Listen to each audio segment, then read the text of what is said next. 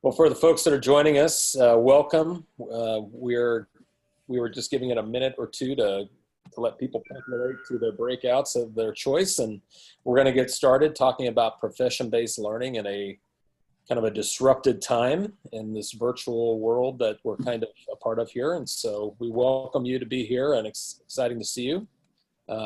Monica, it's good to see you. It's been a while since we've had a chance to chat with Education Reimagined. So we'll go ahead and kind of do some introductions and get started. And we want this to be interactive. So we have some examples to share that I think might be helpful and enlightening in terms of things you might be able to do yourself or partner with a group like ours in the future. But we also want to stimulate some conversation, learn from you as well. I do want to give it just a little bit of time here up front to allow for some quick debrief of the general session with notes. So if you have any anything that struck you in particular, a certain speaker or a comment or a theme that struck a chord with you, we'd love to hear you speak to that. You're welcome to unmute and just speak out into the room, unless you're just comfortable using the chat, but we'd love to hear from you.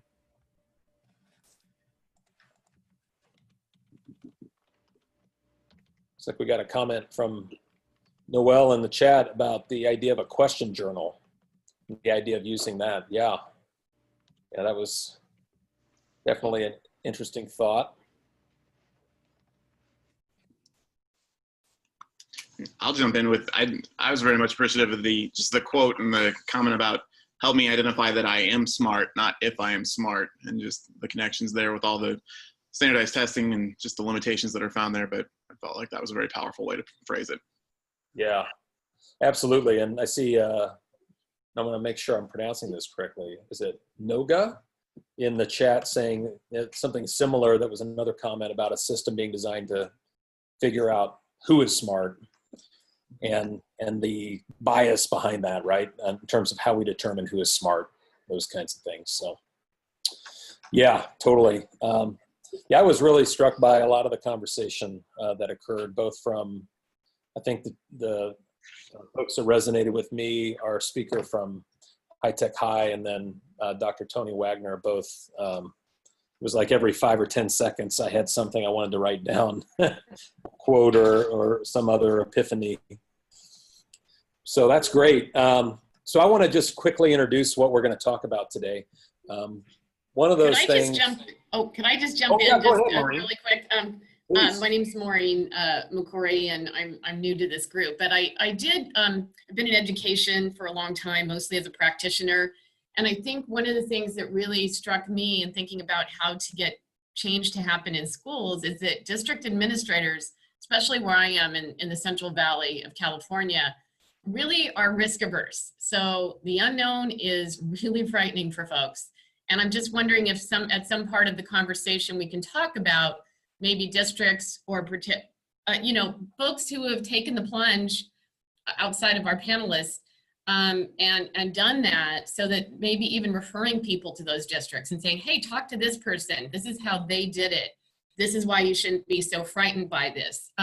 It seems like anything that's not in a box is just scary. And I'm worried here that we're going to go right back to trying to shove the genie back into the bottle. So just if we could address that at some point, I think that'd be awesome. Thank you. Yeah, that's a terrific point. And I share your fear around the potential for reversing and going even more command and control as we get back into school and limiting some of these opportunities. So as we get started, let me introduce myself and the folks we have here and kind of who we represent. So I'm Corey Mohn. I'm the executive director of a program called CAPS, stands for the Center for Advanced Professional Studies. We also have fostered, it was a program that started in the Kansas City area and still functioning at a very high level here in Kansas City, but is now a national network that has grown to encompass 60 affiliate programs across the country. And the idea is very, I think complementary, Maureen, to your line of thinking, which is how do we find support when we kind of reach out and try some new things. And and know that we can stretch ourselves and learn from each other, but also have each other's backs when we do so. And so we've been in this kind of profession-based learning mode for the last 11 to 12 years. And when this COVID outbreak occurred, we had to pivot quickly and try some things.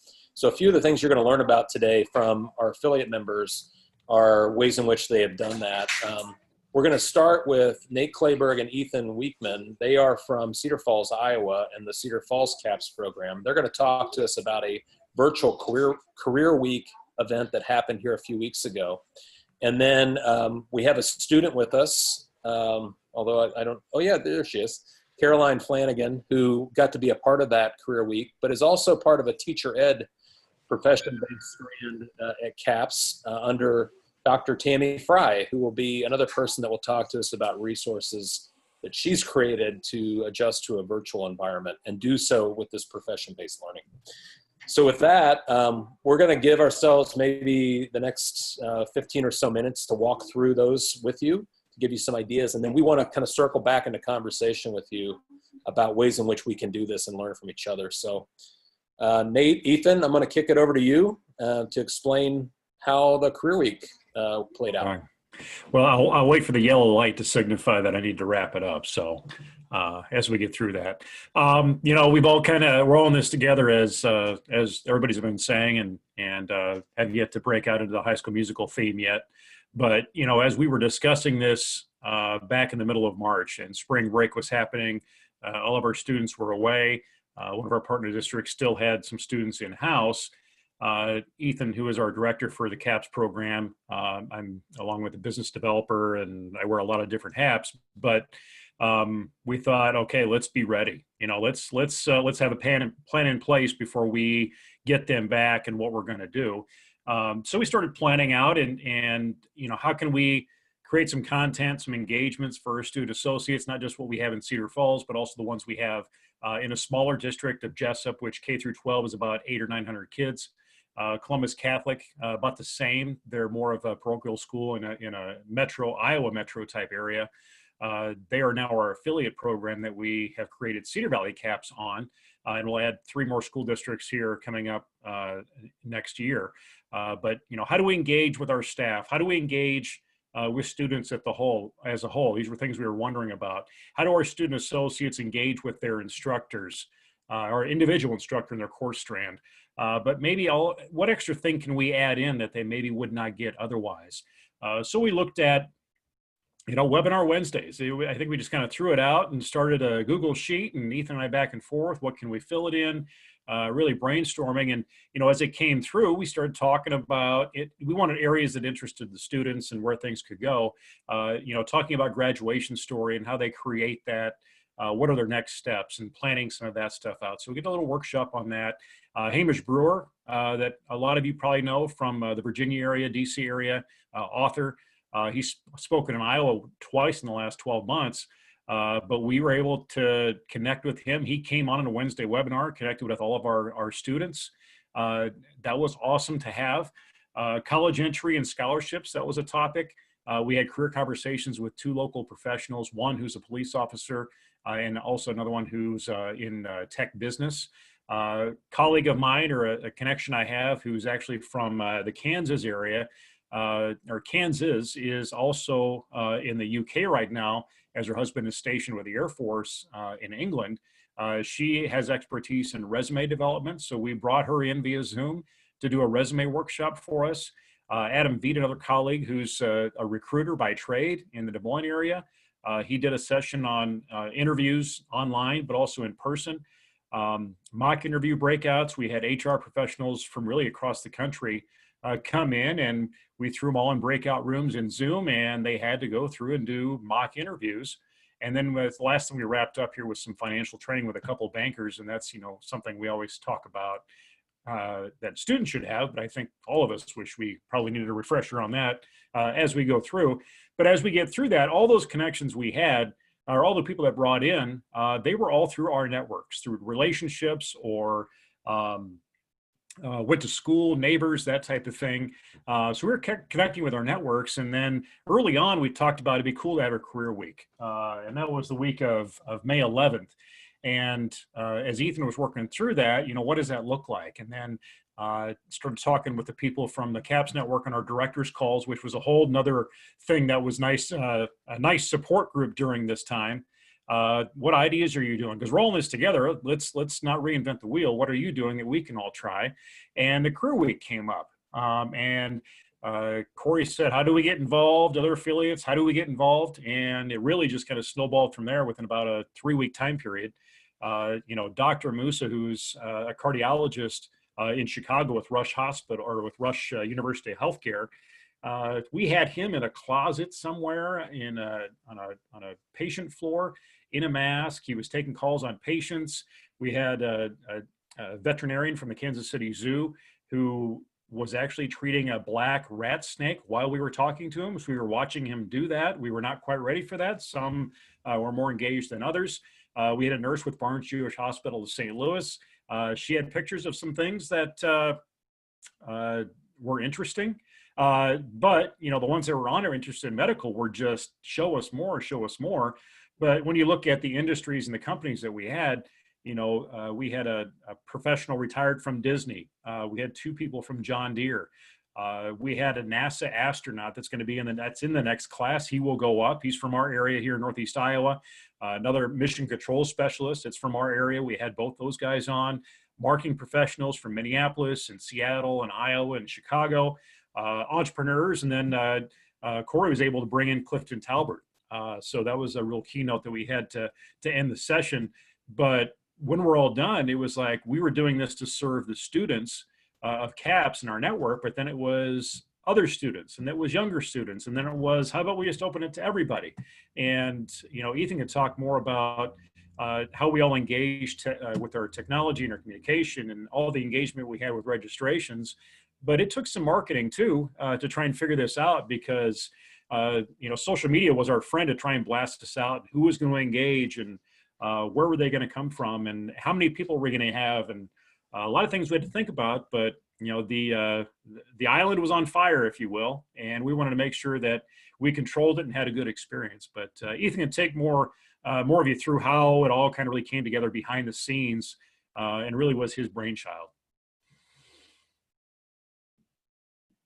I don't know if it was my brainchild, but it was something that we all worked together on. And what started off was a small idea in Iowa quickly became an international effort because we had speakers from all over the U.S. and Canada. We had people attending from everywhere. And what we realized is once you create a link, the opportunities are endless. And once you go virtual, and we realized that it wasn't just students that were in this situation, but businesses as well. And so it opened the doors to some engagement opportunities that may not have been there pre-pandemic. And because of the network, because of the relationships that the CAPS programs had garnered throughout the years, we were able to capitalize that and spread the word, and turned out to be a really neat event. If you're interested in details on how that all came on, we can talk about that later, but I'm pretty sure our 5 minutes are up. So just a refresher, we were able to create some webinar series that were virtual for our associates that were very valuable. And then it culminated with this virtual career week that turned out to be a really neat experience for everyone involved. Yeah, that's great. Thanks, Nate and Ethan. And I know we've posted a couple of times here the link for the Virtual Career Week website. The really cool part is all of these sessions are archived. So as we think about pivoting to this disrupted age or virtual age, what are experiences and activities that we can capture and then utilize at whatever point in time it makes the most sense for us, and us being the broader us, right? Any of us. And this was an effort that very quickly went from, as Nate and Ethan said, a kind of a single program thought to a network, kind of CAPS network thing, to then just kind of saying, hey, let's make this open source and let everybody get in there and enjoy it. So feel free to go in there and check out those sessions, some really, really good ones. I want to bring in Caroline, who's a student with our CAPS program in Overland Park, Kansas. She can introduce herself, but she also had a chance to participate in part of this career week. So I'd love to get her feedback on how this went from a student perspective. Thank you. Like Mr. Munn said, I am a student at the Blue Valley Center CAPS, and I am a student under Dr. Tammy Fry for the Teacher Ed Foundation. I actually watched these archived videos. I did not have the chance to watch them live, but I watched Jeff Knoll's archived video from Disney and Lauren Davis's personal branding video, and I enjoyed both of them, and the ability for me to be able to watch them later and to go back and re-listen, or if there's technical difficulties to move forward. And I would say the video that really stood out to me was probably Jeff Knoll's video, just because I'm a big Disney fan and it was cool to hear somebody speak about Disney from so high up. And I really liked what he said about making your job an art, especially on the various levels of Disney, because some of those smaller jobs really go into making like Disney what it is and making it such a successful business. So, thank you. Yeah, that's terrific feedback, Caroline. And I too really enjoyed that speaker. And it's funny, you may have seen my two young kiddos running around behind me earlier. We asked them, they participated too, even though one's in 4th grade, one's in 1st grade. And this was primarily geared towards older kids, but my kids jumped into a few of these sessions, and Jeff Knoll was my 10-year-old's favorite. And she said it's because she could clearly understand what he was saying. And it was advice that she could implement, the idea of having fun and understanding how to treat people and how to create good relationships above and beyond any specific task that you would have in a job or in your school. She totally got that. And so that was pretty cool to see how he connected with her. So Dr. Fry has been a great part of our CAPS program from the very beginning and represents us very well. She has done a lot of work organizing kind of material that we've had at our hands and in our fingertips in our program as we pivoted to virtual, and helped us figure out how to make that happen. So Tammy, anything you'd like to talk about in terms of what you've done with your class or with our program would be awesome. Absolutely. Thank you so much. You know how our lives have changed. I'm sitting here, I have 2 dogs sleeping beside me, and I keep thinking at any moment somebody's going to come to the door and they're going to erupt. So I apologize if that happens. As Corey said, I'm in the teacher education program, but I can't take credit for what I'm about to talk to you about. It was actually a team effort, and it was several members of our CAPS team. You know, Plato says necessity is the mother of invention, and never has that been more true than when our instructors were thrust into this environment that they're in right now, and having to move everything virtual.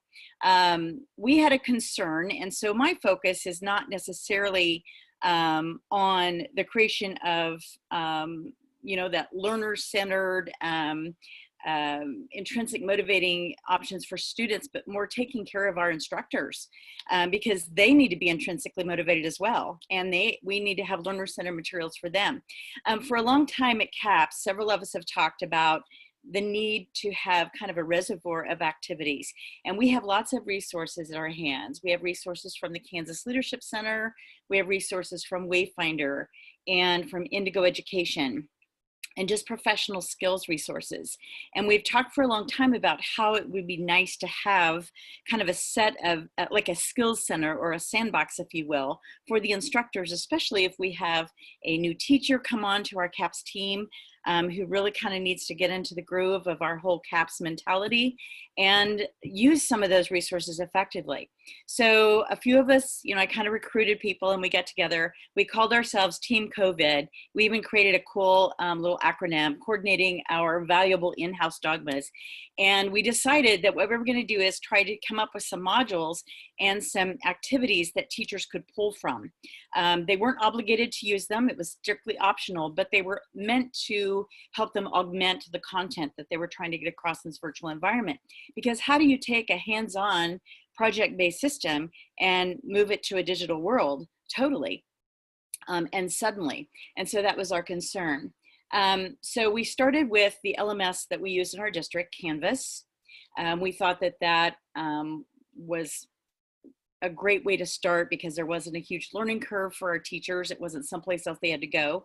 We created a course in there called Team COVID, and we then broke down into modules. We had 8 weeks of online learning that we were responsible for. So we divided them into we chunked it, divided into 2 sections of 4 weeks each. And within each of those sections, we created various modules based on some of the activities that we wanted to do with KLC, with Indigo, with our professional skills, and with Wayfinder. And we had a wealth of knowledge from our various instructors, and they all started throwing things in. In fact, Janet, I know you're on this call. You were one of those people that was in on that team. And it kind of erupted from there.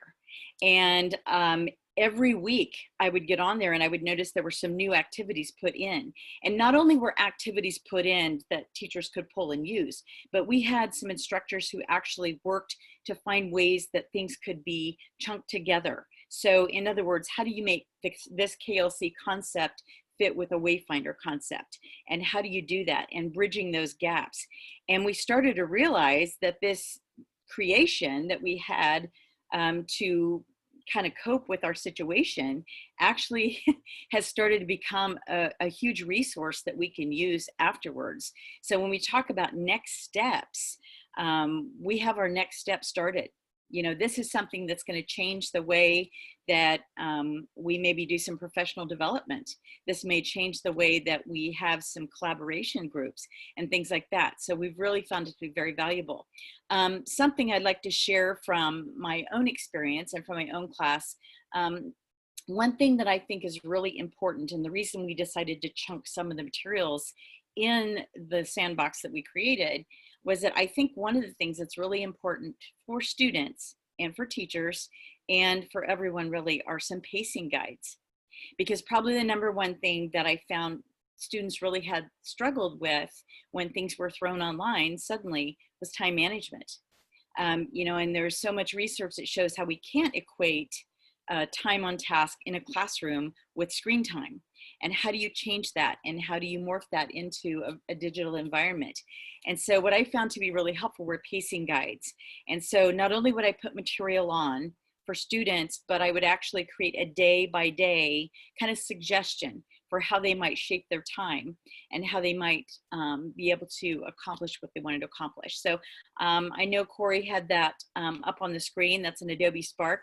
And Corey, if you would put that link in the chat, that would be awesome. But basically, that was one option. That was one remedy that we found for dealing with the situation we were in, and a way to pull our instructors together and to share resources and to really create something valuable. And it's something that we can continue to use down the line. That's great, Tammy. So I had put that link in the chat. Thank you. For those that have maybe recently joined, we'll try to post these links again so you can see that in the comments in the chat. But just trying to give a little bit of flavor of some things that we think we've hit on that have been successful and helpful. But that's just the beginning of the conversation. So what we really want to do with this time is to open this up to hear from others in the room about things that you are experimenting with, maybe some successes that you've had, so we can all learn from each other. We're happy to answer questions about the examples that we've provided. So I'll just kind of open the floor to anyone that would like to throw something out that they've been working on or to ask a question.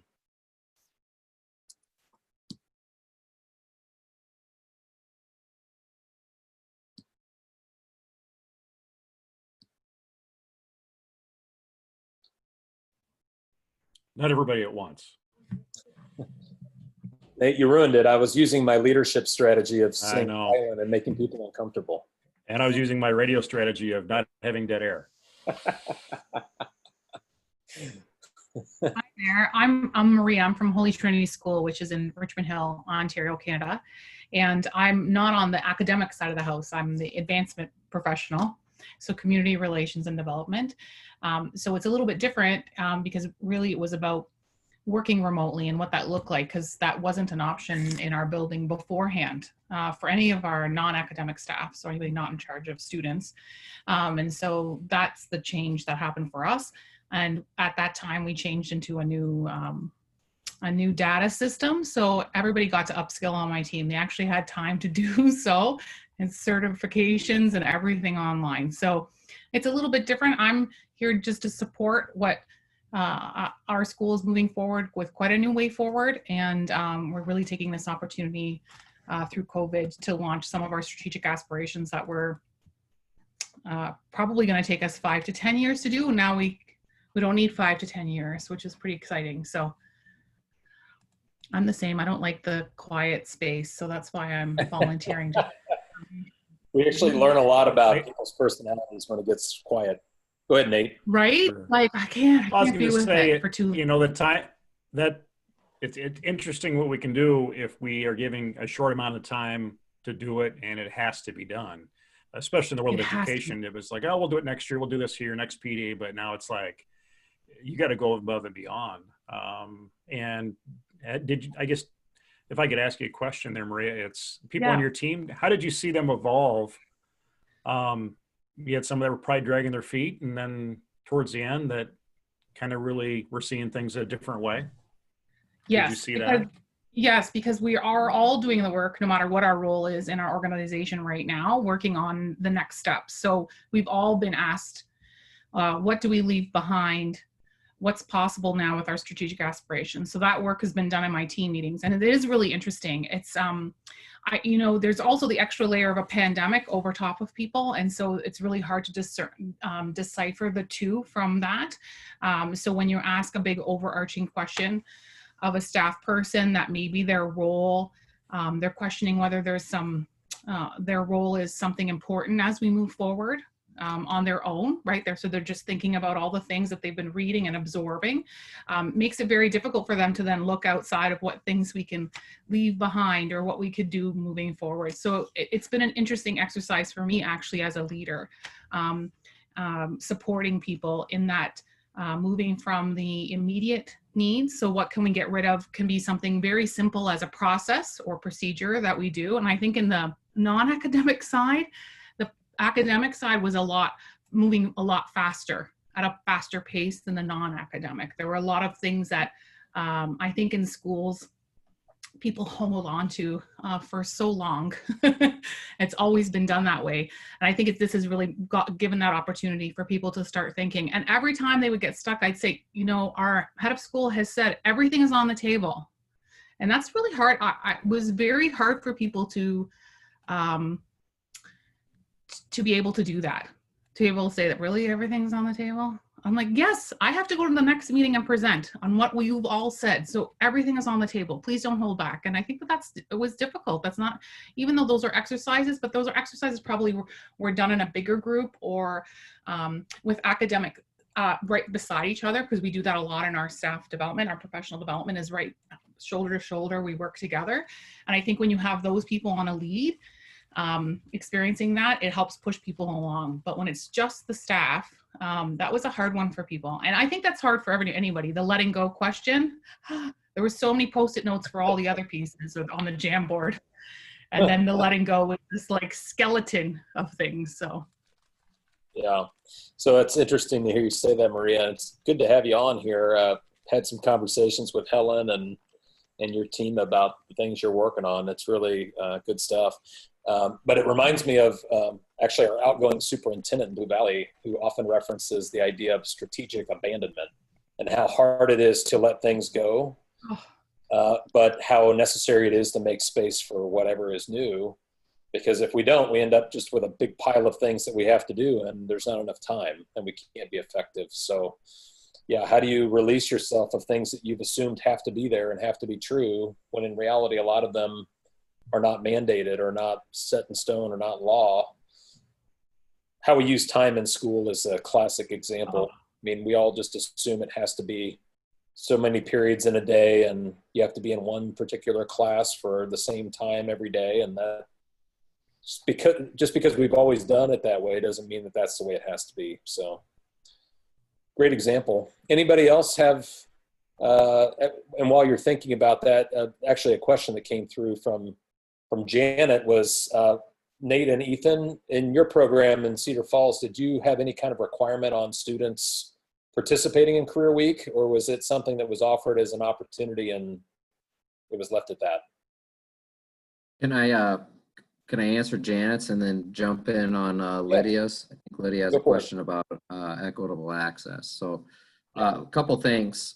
Janet, when we had to make the decision as a district whether we were going to require attendance or whether it was going to be voluntary, and we had to go through a lot of education requirements and red tape and fill out these documents for the state of Iowa to make all of that happen. The one thing I would say about CAPS programs, regardless of, requirements and grades are always going to be a part of I shouldn't say always going to be, I shouldn't say that, but currently are part of education. So that's a piece of the puzzle, but the foundation of what we try to do is we're always looking for value and opportunities. And so that's always our focus. So whether we required it or whether it was voluntary, we wanted to make sure every experience that we had was of value. So we surveyed the associates, our students, and said, what are some topics that you would like to learn about? Especially, we serve a lot of seniors at that time. And we said, what are some topics that are on your mind in this era, knowing you're going to be going into your next steps? And they gave us a list, and that's what really Nate and I built it around. So we always look at as our students as our clients or our customers, and we want to serve them. So I'm giving you a long-winded answer, but the answer is we had voluntary. Now next year will be different because we'll be likely in this mess in some way or shape or form again. But I think we'll be better prepared as a district to have some requirements. If not, a lot of requirements. Everything would be required. I'm assuming by that fall. We're still working through that process as a district, which leads me to Lydia's point about equitable access. That's a real issue, and things that we have to continue to keep in mind. One thing we're fortunate as a district, our district was a one-to-one district already, 7-12. Elementary K-6 though, however, was not. But we had a situation where we had some repurposed computers, or quite a bit, that were in cycle that luckily we had not sent in, so we could repurpose those and get those to the elementary students that needed it. So our administration did a good job of identifying what the needs were within each grade, and then we supported that. The other thing is we worked closely with our utility company that provides the internet access. We had a Connect CF program going already where we identified students that were on free and reduced lunch, and we were able to get them internet access at a considerably reduced rate compared to what standard internet is going rate. So we had that going. We already had the homes identified for that. So when this happened, we knew what percent, and we knew how many, at least 7-12, that we needed to address. So they worked closely with them to try to get the internet hooked on and try to work out some special deal to make that happen. And then the school district also tried to provide a device that allowed them to have access to the internet. So that's how we went through the making sure we had equitable access. And then they went to each school and they put a internet router so people could actually pull up or stand outside the school and access the internet if that was another option. So I feel like the kid that comes to class late and expect the teacher to catch her up at the last minute. So I'm hoping that there are other folks who came to class late and would appreciate me saying, I have been listening for the past 5 minutes, hoping that I could kind of get a gist of what the session was about before, in lieu of asking. But I'm wondering if something that Lynn said in the beginning related to the question that one of her students asked about the math. He says, I want to be an electrician. Please explain to me how this math relates to what I want to do. Is that the gist of this session, like profession-based learning? You're trying to link students learning to the profession that they may be interested in. Am I reading that right? That's certainly part of it, Delrose. It's really, we represent a version of profession-based learning. So working with students to help them determine what they're interested in through the lens of doing work with professionals in some way, shape, or form. So part of the model with what we do with CAPS is the idea that you might select an area like engineering as a guess as to something you might be interested in doing. But then we always think about this as adults, like, how do you really know what you want to do until you're actually doing it? And so the model is built around the idea of, why don't we fast forward students right into the career just so they can see what it's like, do some of that work, and then make a determination as to whether or not that's something that holds value to them or something that lights them up going forward. So part of kind of the idea for this session was knowing that that's more difficult when we end up in an age of disruption where we're virtual, kind of forced to do more things virtually. What are our ideas to keep that connection deep with those professionals? So that's essentially what we're talking about. So you're pretty close to the mark with what you said. This is Rick Pardo here. I'm up in London, Ontario area. And Tammy, you mentioned that your dogs may wake up at any time and disrupt everything. I have a 9-month-old grandson that we're sequestered here with my daughter and son-in-law. So he has woken up. You will likely hear him. I just want to, I'd like to hear more about putting young people side by side with industry professionals and how to maintain that, because we've done a lot of stuff around real world learning, and the professionals that we've been connecting with have been drive-by at best. We've got folks that are familiar with the career fair concept. I'll put together a thing on how to become an engineer, and I'll do the 20 minutes or 40 minutes or an hour package, and then they want to leave. There's the mentoring and the learning and the skills, and what we have teachers that are interested, they're team teaching, they're keen at it, but they're not engineers, or they're not sanitation specialists, or they don't have expertise in these areas. The kids come up with these, I want to pursue this, I want to find out what it's like to be an architect. How do we provide that when we don't have, I mean, the best we can do as teachers is kind of read up on it and try to fake our way through it, or we come up with what we call authentic learning, and it's not authentic because it's what we made up. Our life experience is limited. How do we maintain that ongoing mentorship? And I'd like to hear from anybody that's got some experience with that. That's a great question, Rick. And actually, I wondered, Nate, you want to start, because you come from an interesting background in economic development and business. Yeah. So I was brought in 3.5 years ago to help make business connections, and you know, I've got a background. I've been on a school board. My mom was an educator. I've got kids in school, but what I always would see from an economic development standpoint is businesses would say, I would love to talk to schools or teachers, and then teachers and schools would say, I'd love to get businesses in here. But they would never really find a way to connect. And an interesting thing that I found was, when you put a business person back in the school, they revert back to being a student, and the teacher is still the expert, even though they most likely are not the expert in that field, but that's what they start thinking like.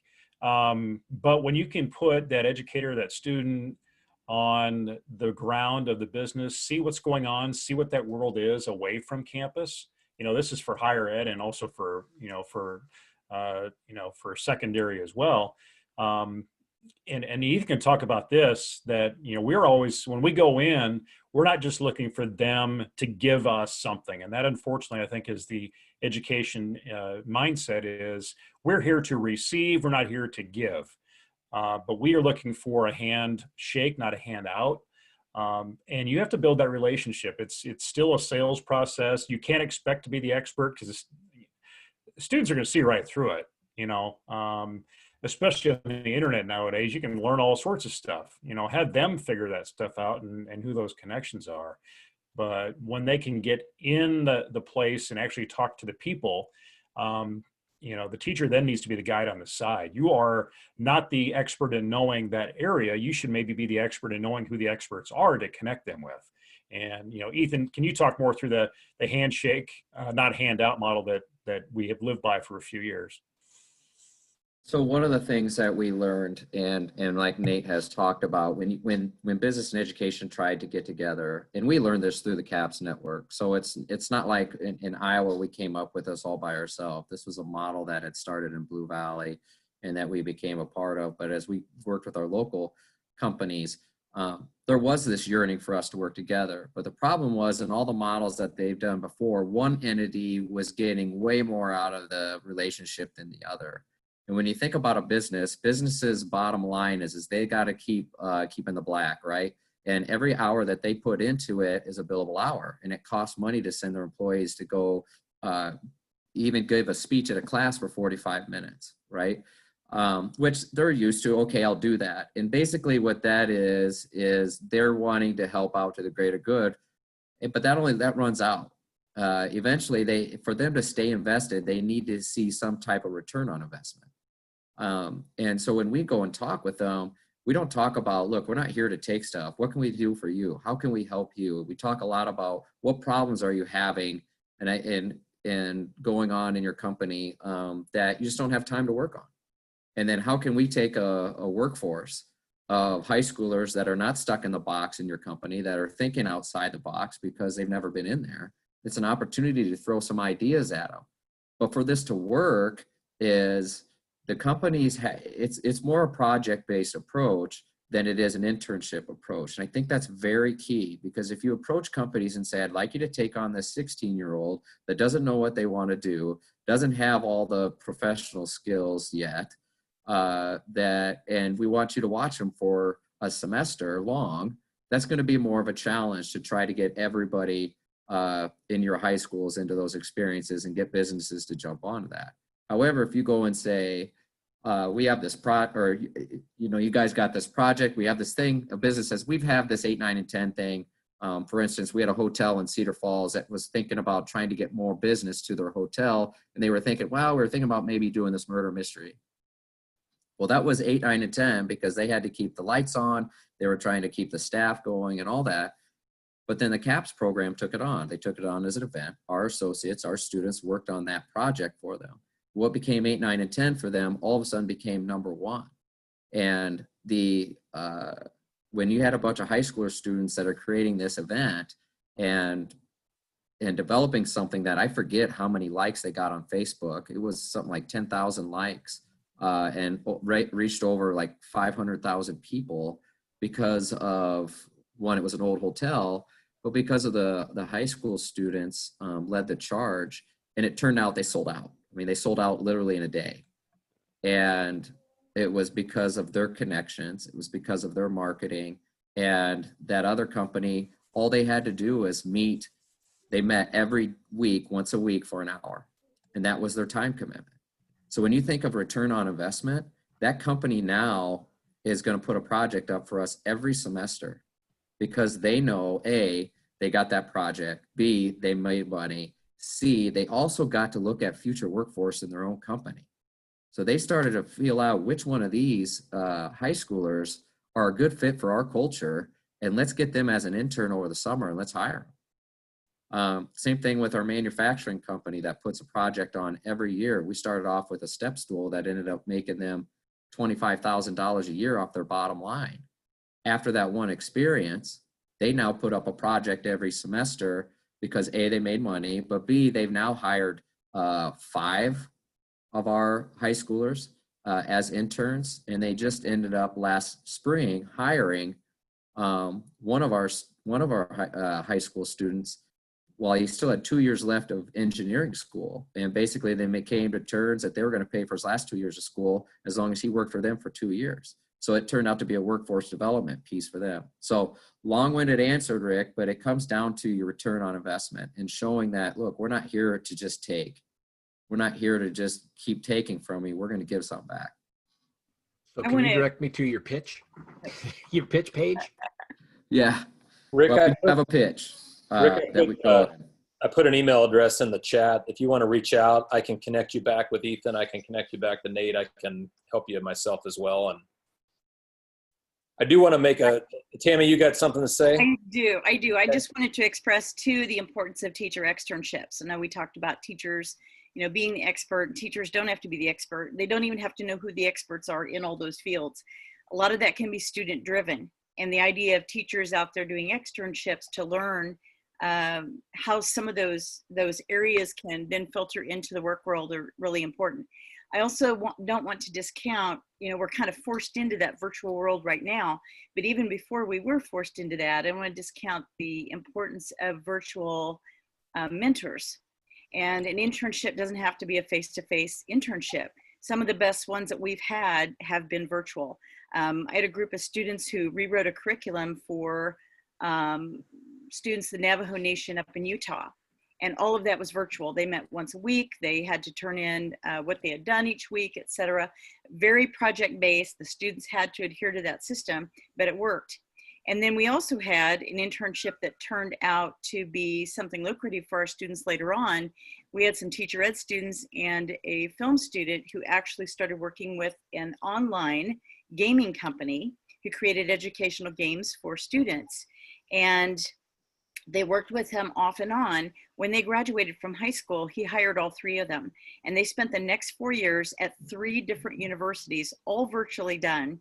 And they created these videos for this gaming site that were actually put on this site. It was a paid site for this company for students to go on and practice their math skills. So I just don't want to discount, I don't want to talk internship. There are more connections. Another thing is looking at professional certifications. I know in the time that we've had, I let my students kind of explore. They had an opportunity to get some professional certifications. Microsoft, Apple, there are things out there that they can do virtually that they don't have to sit in a classroom face-to-face and do. So I wanted to present those issues as well. That's great, Tammy. Appreciate that.